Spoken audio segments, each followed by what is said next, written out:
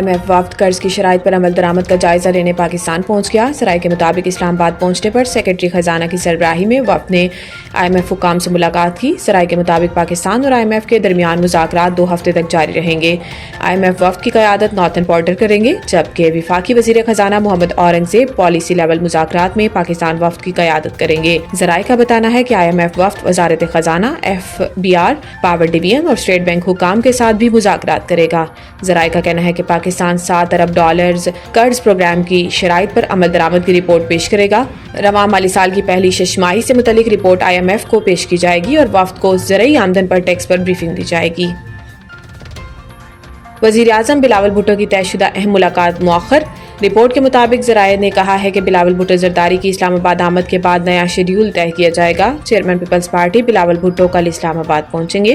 ذرائع کے مطابق دونوں رہنماؤں کے درمیان اہم ملاقات کل یا پرسوں ملاقات متوقع ہے۔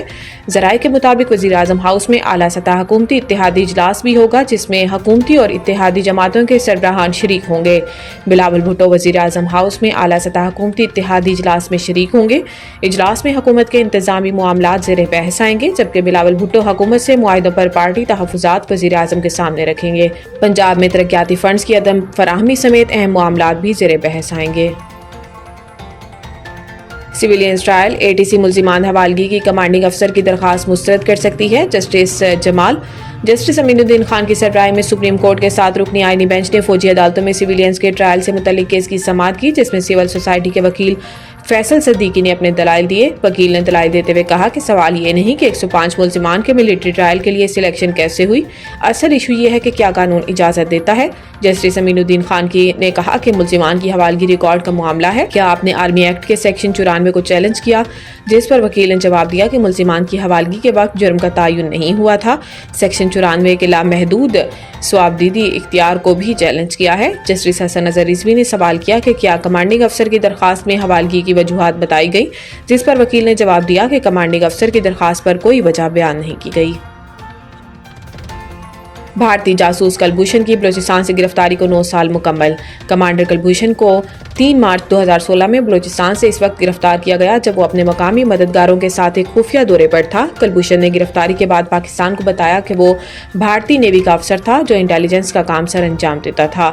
اس غرض سے کلبھوشن نے ایران کے علاقے چاہ بہار میں حسین مبارک پٹیل کے نام سے ایک بزنس بھی شروع کیا تھا تاکہ وہ اپنا کام جاری رکھے۔ اپریل 2017 میں کلبھوشن کو ایک فوجی عدالت نے سزائے موت سنائی، جس کے خلاف بھارت نے عالمی عدالت انصاف کا دروازہ بھی کھٹکھٹایا۔ تاہم بعد میں پاکستان نے کلبھوشن کی ملاقات اس کی والدہ سے بھی کرائی۔ پاکستان تحریک انصاف کی حکومت نے سال 2021 میں کلبھوشن کو قونصلر رسائی کے حوالے سے پارلیمنٹ سے قانون بھی منظور کرایا، تاہم وہ بدستور پاکستان کی حراست میں ہے۔ انا للہ و انا الیہ راجعون۔ اتحاد نوجوان اسلام جسکول کے سرپرست جناب مولانا اظہار الحق صاحب کی جانب سے سابق امیدوار قانون ساز اسمبلی آزاد کشمیر چودھری اسحاق طاہر کی وفات پر گہرے رنج و غم کا اظہار کیا جاتا ہے۔ مرحوم کی جدائی ایک ناقابل تلافی نقصان ہے اور ان کی وفات سے جو خلا پیدا ہوا اسے پر کرنا ناممکن ہے۔ اللہ مرحوم کی مغفرت فرمائے، ان کے درجات بلند کرے اور انہیں جنت الفردوس میں اعلیٰ مقام عطا فرمائے۔ ساتھ ہی اللہ رب العزت ان کے اہل خانہ کو صبر جمیل عطا فرمائے۔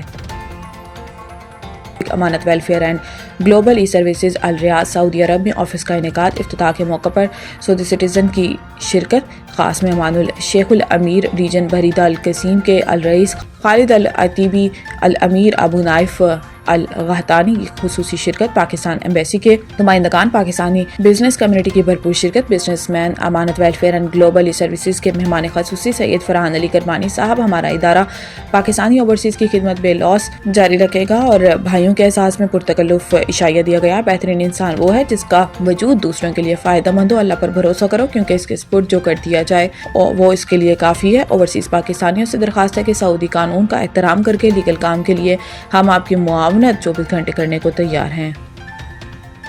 نوشہر و Feroze judicial lock up Moro سے 2 قیدی چھت توڑ کر فرار ہو گئے۔ نوشہر و فیروز اطلاع ملنے پر بھاری نفری سب جیل پہنچ گئی۔ نوشہر و فیروز فرار ہونے والے ملزمان میں سلیم خاصکیلی اور عمران تارڑ شامل ہیں۔ نوشہر و فیروز فرار ہونے والے قیدیوں پر منشیات اور چوری کے مقدمات درج ہیں۔ جوڈیشل لاک اپ کے سیکیورٹی انچارج اسماعیل ملک فرائض کی غفلت پر گرفتار۔